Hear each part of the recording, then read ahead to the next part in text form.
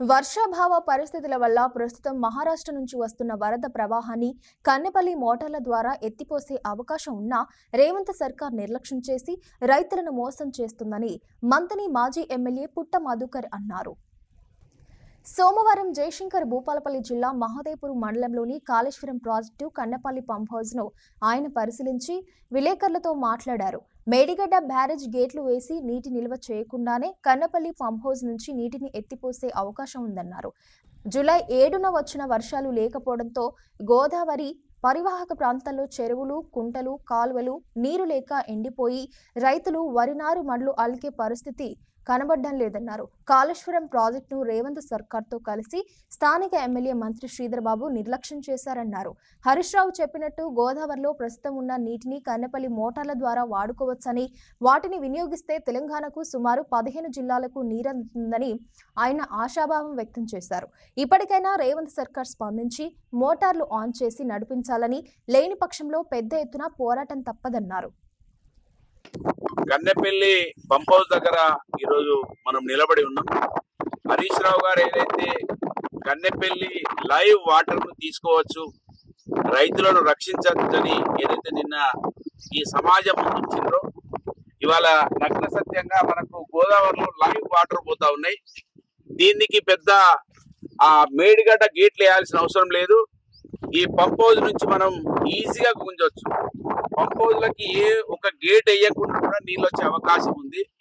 మేడిగడ్డ గేట్లు వేయకుండా కూడా ఈ నీళ్ళను తీసుకొని వీధి ప్రాంత రైతులను కాపాడుకునే అవకాశం ఉన్నది. వరుణ దేవుడు కరుణించలేదు. ఇవాళ జూలై 7వ తేదీన ఉన్నాం. ఇప్పటి వరకు అసలు నార్లు అడగడానికి కూడా నీళ్లు లేనటువంటి పరిస్థితులు గోదావరి బేసిన్ లో ఉన్నటువంటి ఈ పంట పొలాల పరిస్థితి ఉన్నది కనుక ఈ రేవంత్ రెడ్డి గారి ప్రభుత్వం, ముఖ్యంగా మంత్రి నియోజకవర్గ శాసనసభ్యుడు ప్రాతినిధ్యం వహిస్తున్నటువంటి దుద్దిల్ల శ్రీధర్ గారి నియోజకవర్గంలో మనం ఉన్నాం ఈ కన్నెపల్లి.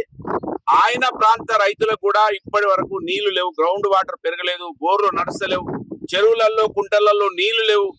ఆయనన్నా కనీసం గమనించాలే. నువ్వు రేవంత్ రెడ్డి గారికి వంత పాడడానికి నీ కోట్లేసినటువంటి ప్రజలని నువ్వే సంపుకొని తిన్న చందంగా గద్ద మాదిరిగా నీ ప్రవర్తన ఉన్నదనే విషయాన్ని గమనించాలని డిమాండ్ చేస్తున్నా.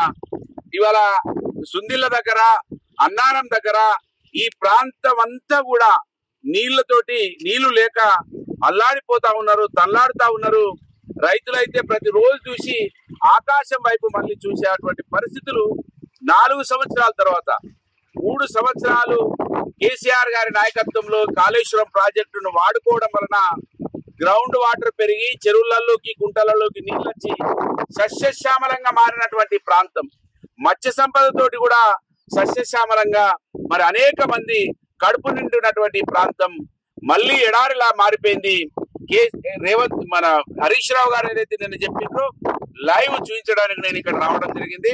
హరీష్ రావు గారు ఏదైతే అనౌన్స్మెంట్ చేసిండో కన్నెపల్లి పంప్ హౌస్ లక్షల మందిని తీసుకెళ్లి మేము ఆన్ చేస్తామని చెప్పిర్రో నేను స్వాగతిస్తా ఉన్నాను. ఈ నియోజకవర్గ మాజీ శాసనసభ్యుడిగా, బీఆర్ఎస్ పార్టీ ఇన్ఛార్జ్ గా ఇది రావాలే. కన్నెపల్లి పంప్ హౌస్ ఆన్ చేయాల్సిన అవసరం ఉన్నది. ఈ రైతాంగం అంతా కోరుతా ఉన్నది.